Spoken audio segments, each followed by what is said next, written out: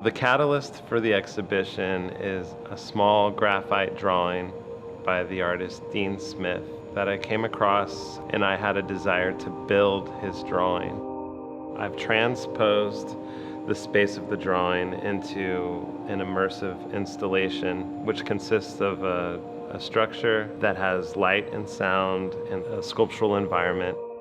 I was interested in making a space that you can feel.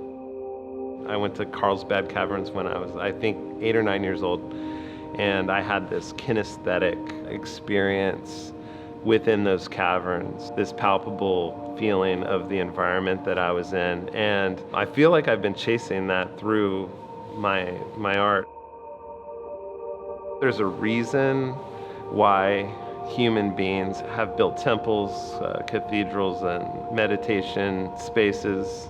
It brings about a certain awareness when you're stepping out of the day-to-day and really being able to get in touch with your senses, which, in postmodern day-to-day life, that relationship with your own senses gets you get almost alienated. It's not the artist describing what something is like.